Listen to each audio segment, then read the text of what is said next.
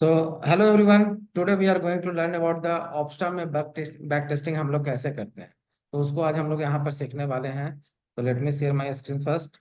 तो ये मेरा स्क्रीन हो गया ओपन। तो यहाँ पर आप देख पा रहे हो गाइस कि आपको ऑप्स्टा का जैसे मैंने यूजर इंटरफेस खोला, विंडो खोला, तो इस तरीके का दिखता है। Builder, portfolio, watch list, position, reports, future, options.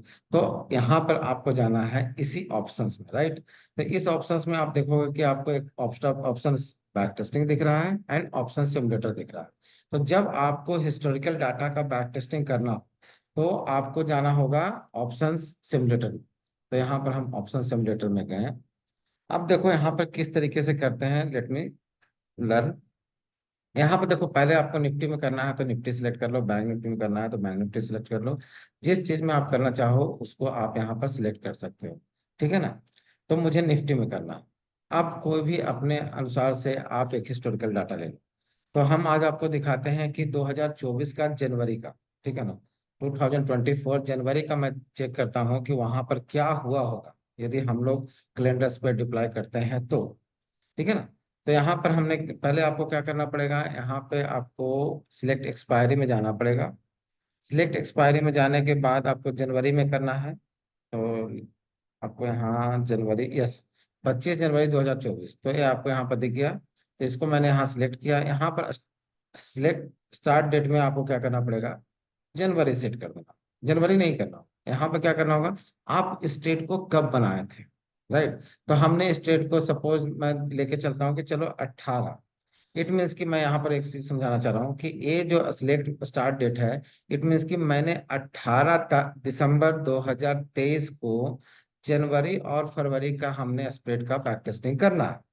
तो हम 18/12 को इसलिए सिलेक्ट किए हैं क्योंकि देखो, कैलेंडर स्प्रेड जनरली क्या होता है कि 15-20 दिन, एक महीने पहले अर्लियर डिप्लॉयमेंट होता है, राइट। तो जिस कारण से हमें मिडिल ऑफ द मंथ में क्या होता है कि हमारा स्ट्राइक भी चेंज हो जाता है। जिसके कारण से हमने यहाँ पर 18/12/2023 को हम एक नया स्प्रेड बनाने वाले हैं, ठीक है। तो बाय बाय डिफॉल्ट जो आ रहा है छोड़ दो, उसके लिए कोई दिक्कत नहीं है। तो जनवरी में हमने बनाया। अब यहाँ पे देखो ऑप्शन चेन में आपको दिख रहा है। तो उसके पहले आपको ये देखना होगा कि आपका कितने पे मार्केट चल रहा था उस टाइम पे। तो उस टाइम पे चल रहा था आपका 21,372, ठीक है। तो आपको in general ATM calendar spread बनाते हो तो आपको क्या करना पड़ता है, नियर बाई एटीएम। तो नियर बाई एटीएम आपको कितना होगा, 21,400। तो हम जनवरी का ऑप्शन चेन में गए और 21,400। तो हम 21,400 को सर्च किए हैं, 24, यस। तो यहाँ पर मुझे दिखा। तो either you can do in back testing C side also, P side also. आप जिधर करना चाहो उधर कर सकते हो। तो हम आपको दिखा देते हैं कि सी साइड। तो 21,400 का हमने लिया, बाय या सेल किया। तो करेंट एक्सपायरी को क्या करते हैं, आप सेल करते हैं जनरली। तो हम यहाँ पर क्या करेंगे, जनवरी एक्सपायरी को यहाँ पर सेल कर देंगे, 2 लॉट के साथ में लेके चलते हैं, ठीक है। 2 लॉट के साथ हमने यहाँ पर जनवरी का पोजीशन ऐड कर दिया। अब उसी तरीके से हमारा नेक्स्ट रूल क्या होता है कि नेक्स्ट एक्सपायरी को हम लोग बाय करते हैं। Next expiry in the sense guys, February month. तो हमें क्या करना पड़ेगा, फिर से मुझे सिलेक्ट एक्सपायरी में जाना पड़ेगा और जो जनवरी था उसको मैं यहाँ पर फरवरी कर दूँ। तो जब आप इसको फरवरी करेंगे तो थोड़ा सा यहाँ पर नजर लगा लीजिएगा। यहाँ पर अब क्या हो गया कि सिलेक्ट पे ऑफ डेट।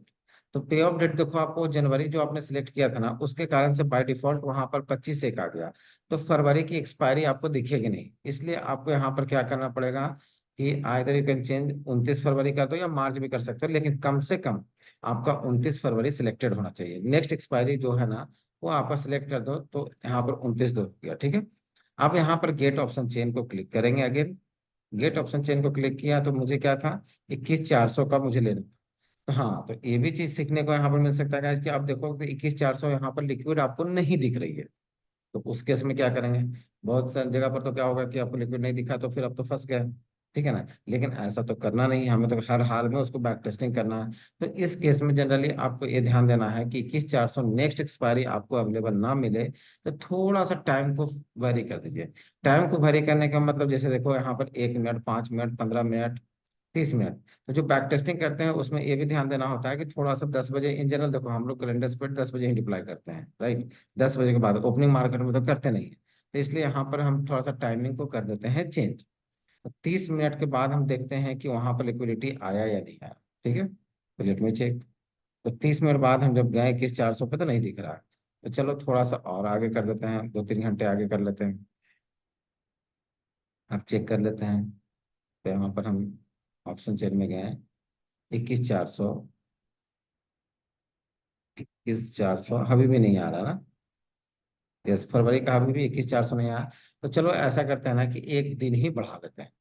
ठीक है, 18 का पॉसिबल नहीं हुआ तो 19 को बढ़ा देते हैं। तो 19 दिसंबर को हमने यहाँ पर कर लिया, गेट ऑप्शन चेंज कर लिया। और यहाँ पे देखते हैं 21,400, हाँ देखो अब 21,400 आपको यहाँ पर अवेलेबल दिख गया। ठीक है ना। तो अब 21,400 आपको दिख गया, तो यहाँ पर क्या करना होता है कि इसको आपको बाय करना होगा। तो हमने इसको क्या किया, बाय 2 लॉट सिमिलर लॉट्स के साथ हमने यहाँ पर कर लिया। अब देखो कि आपका कैलेंडर बन गया, लेकिन बाय डिफॉल्ट यहाँ पे देखो ना कि 325 रुपये का प्रॉफिट किस लिए आ गया, क्योंकि हम लोग इसको एक दिन पहले लिए थे। तो इसको भी यदि आप मॉडिफाई करना चाहते हो तो P&L का देखो एक सेक्शन है, यहाँ पर आप जाओ। आपने 469 में एंट्री किया था एक दिन पहले, और अभी करंट चल रहा है 466। तो इसको आप क्या करो ना कि जो नया प्राइस है, करंट प्राइस है, उसके साथ एंट्री ले लो। तो यहाँ पर क्या कर दूंगा मैं, 466। ठीक है। अब 466 कर दिया, इसका मतलब कि मैंने दोनों पोजीशन 11:16 में 19 दिसंबर को मैंने डिप्लॉय किया। ठीक है। तो इस तरीके से आपको करना पड़ता है। यहाँ पर देखो कि आपका ब्रेक इवन रेंज कितना मिला, 20,833 से लेके 22,113। इट मीन्स कि almost you are getting 1,400 points. 1,300 से 1,400 पॉइंट का आपको ब्रेक इवन रेंज यहाँ पर मिला इन जनवरी मंथ्स। ठीक है। तो इसका हम कब किए थे, 19 दिसंबर को जब हम थे 2023 में, तो हम जनवरी और फरवरी का डिप्लॉयमेंट किए थे कैलेंडर। राइट। उसी चीज का हम यहाँ पर बैक टेस्टिंग कर रहे हैं। तो जो सारा हमारा सर्कमस्टांसेस था हम यहाँ पर फुलफिल करके बैठ गए। अब मुझे क्या करना है इसके, यहाँ पर देखो आप 2-3 तरीके से कर सकते हो। आप 1-1 मिनट भी बढ़ा के कर सकते हो, 5-5 मिनट भी बढ़ा के कर सकते हो, 15 मिनट भी कर सकते हो, 30-30 मिनट भी कर सकते हो। लेकिन इन जनरल जब हम जान ही रहे हैं कि कैलेंडर स्प्रेड एक ऐसा स्ट्रेटजी है जो कि आपको near around 7 to 10 days, 5 days आपको प्रॉफिट लाने में टाइम लेता है। राइट। तो क्यों हम 15 मिनट और 20 मिनट में टाइम वेस्ट करें, ऐसा तो कुछ है नहीं हमारा। ठीक है। तो उस केस में हमें क्या करता होगा कि नेक्स्ट डे करके लेके चलेंगे। ठीक है। तो हमने 19 तारीख को डिप्लॉय किया 11:15 पर। अब हम वहां से एक दिन आगे बढ़ा के चलते हैं। तो नेक्स्ट डे हमने किया। तो नेक्स्ट डे हमारा 625 रुपीज का प्रॉफिट आया। देखो यहाँ पर थोड़ा सा जो एक पे ऑफ ग्राफ का जो ग्लिच है ना, आपको इसको इग्नोर करके चलना पड़ेगा।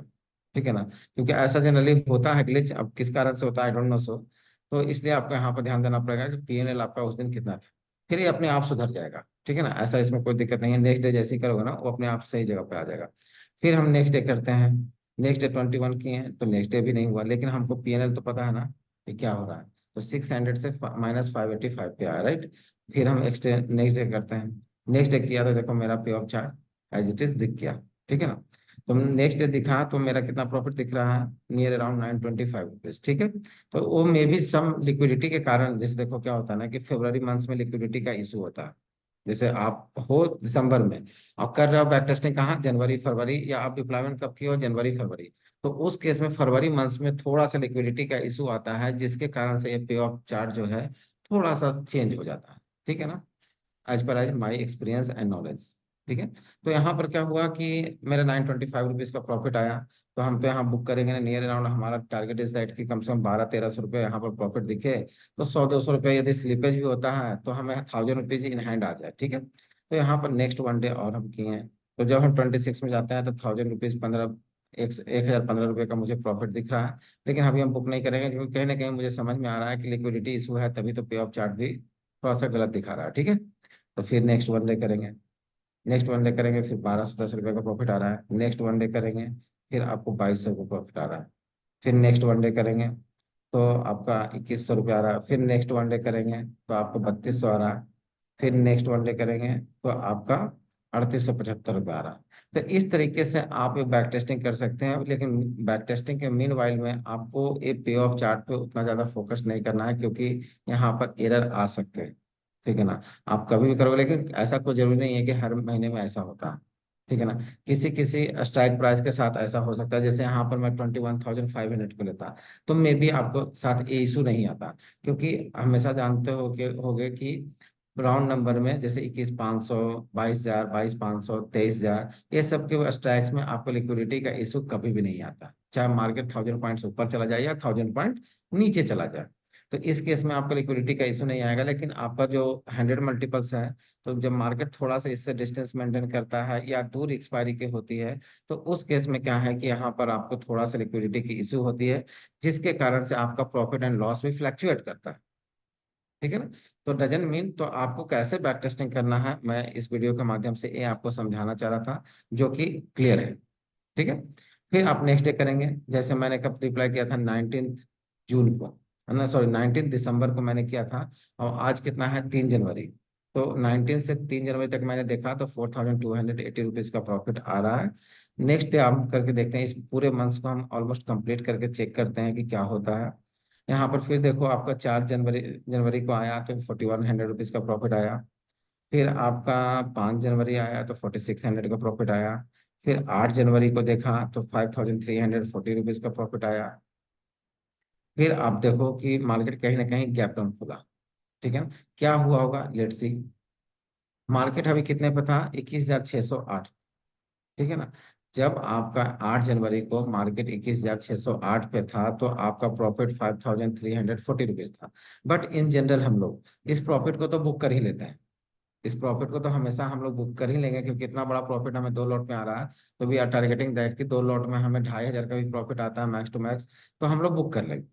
ठीक है ना। लेकिन यहाँ पर हम एक बैक टेस्टिंग कर रहे हैं, तो क्यों ना पूरे मंथ्स को कंप्लीट कर लिया जाए। That's why we are going to completely see the full months, कि चलो पूरे महीने चेक करते हैं कैसे क्या होता है, राइट।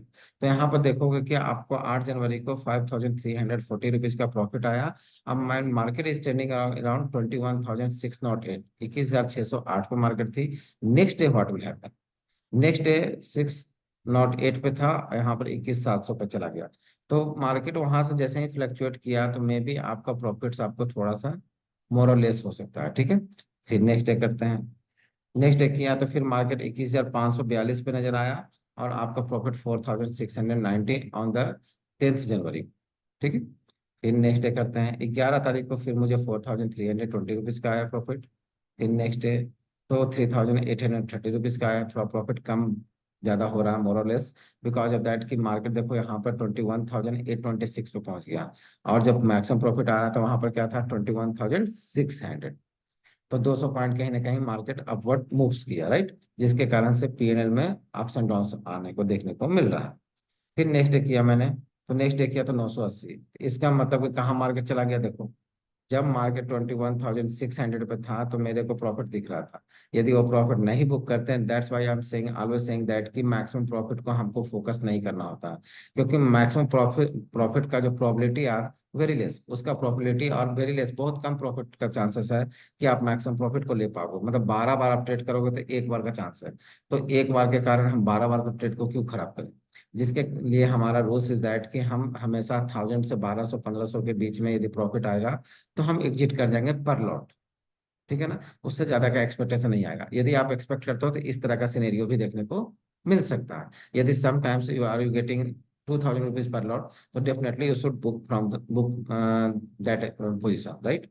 तो उसको हर हाल में आपको बुक करना पड़ेगा। और नहीं करोगे तो इस तरह का सिनेरियो आपको देखने को मिल सकता है। नेक्स्ट डे हम करते हैं, क्या होता है, लो 900 रुपये से भी 500 रुपये हो गया। ठीक है। नेक्स्ट डे की है, तो नेक्स्ट डे क्या हुआ, मार्केट अगेन कम बैक किया, मतलब ऑलमोस्ट 300 पॉइंट का गैप डाउन खुला। तो मुझे देखो यहाँ पर मैक्सिमम प्रॉफिट आने लगा 7,270 रुपीज। कहीं ना कहीं वो ब्रेक इवन को क्रॉस किया था। तो सेकंड कंडीशन इज दैट कि हम हमेशा ये भी अवॉइड करवाते हैं कि जब भी ब्रेक इवन पर मार्केट जाए, तो ऐसा नहीं है कि ब्रेक इवन पर पहुंचा हम एडजस्टमेंट लगा दिए। वहां पर हम लोग कहीं ना कहीं वेट करते हैं। क्यों वेट करते हैं, क्योंकि देखो मार्केट यदि ब्रेक इवन को क्रॉस करता है, तो we have some buffer point. In general Nifty में हमारे पास क्या होता है कि 50 से 100 पॉइंट का बफर लेके चलते हैं। बफर इन द सेंस कि यदि हमारा ब्रेक इवन क्रॉस भी हो गया, तो भी हम 50-100 पॉइंट तक एडजस्टमेंट नहीं लगाएंगे। ठीक है। जब वो 100 पॉइंट को भी क्रॉस कर देता है, तभी हम एडजस्टमेंट लगाते हैं। और वो भी एडजस्टमेंट का क्राइटेरिया हमारा है, सेकंड हाफ में ही हम जनरल कोर्सेज करते हैं। इस सेकंड हाफ में ही हम एडजस्टमेंट करने की ट्राई करेंगे। ठीक है ना। तो इन जनरल यहाँ पर क्या हो गया कि 21,739, मतलब अगेन कम बैक मार्केट किया। तो यहाँ पर मैक्सिमम प्रॉफिट दिखाया, तो एक कौन सा दिन का था, इस 17 जनवरी का था। ठीक है। फिर 18 जनवरी को देते हैं तो 9,900 आ गया। ठीक है, चलो। फिर हम चलते हैं, 19th हो गया। फिर नेक्स्ट 20 जनवरी को देखें तो 9,990। डेफिनेटली हमको तो यदि यहाँ तक हम रुकते हैं तो हमें अल्टीमेट प्रॉफिट तो बुक करना ही होगा, लेकिन थोड़ा सा हम इसको कंटिन्यू कर देते हैं टिल एक्सपायरी तक। ठीक है ना। ओके। तो यहाँ पर 23 को गया तो 12,000 का प्रॉफिट हुआ, मतलब इट मीन्स कि पर लॉट मुझे 6,000 रुपीज का प्रॉफिट। ठीक है। नेक्स्ट डे 15,000 का प्रॉफिट हुआ, क्योंकि मार्केट कहाँ आया, वर्टेक्स ऑफ द ट्रायंगल, जब भी बीचों बीच फंसेगा। लेकिन आपके पास पेशेंस कहाँ से होता, जब आप सपोज दैट वहां पर पिछली बार आया था 5,000 प्रॉफिट, उसके बाद जब 1,000 गया, अब दोबारा यदि 2-3 हजार 5,000 रुपये प्रॉफिट दिखेगा, तो डू यू थिंक दैट कि आप इतने के लिए कभी इंतजार कर सकते थे? और क्या ये मालूम होता उस दिन कि मार्केट और नीचे आएगा? किसी को नहीं मालूम होता। ठीक है ना। तो डेफिनेटली आप तो वहां निकल ही जाते। जब वो 900 से फिर से अगेन 3-4 हजार के प्रॉफिट पे आता ना, तो जनरली आप रुकते नहीं। ठीक है। लेकिन हम इसको पूरा कंप्लीट करते हैं, तो 24 जनवरी को हमारा कितना था प्रॉफिट, 15,020 रुपया। और 25 January is the last date. तो 25 जनवरी को जो मैक्सिमम प्रॉफिट था, क्योंकि मार्केट कहाँ पर एक्सपायरी दिया, मिडिल ऑफ द ट्रायंगल, मतलब वर्टेक्स ऑफ द ट्रायंगल के पास एक्सपायरी दिया, जिसके कारण से we are getting maximum profit in our positions. तो आई होप सो कि बैक टेस्टिंग कैसे करते हैं आपने इस वीडियो के माध्यम से सीख लिया होगा। यदि ये वीडियो अच्छा लगा होगा तो please write in my comment box, कि कमेंट बॉक्स में आप लिख के भेजिए। और इसके रिलेटेड और भी कोई वीडियो चाहिए तो प्लीज़ सजेस्ट, वहाँ पर कुछ सजेशन आप दे दीजिए कि मुझे इस तरीके का वीडियो और चाहिए, तो आई ट्राई टू डू कि हम उस पर भी वीडियो बनाने की कोशिश करेंगे। So thank you everyone, thank you.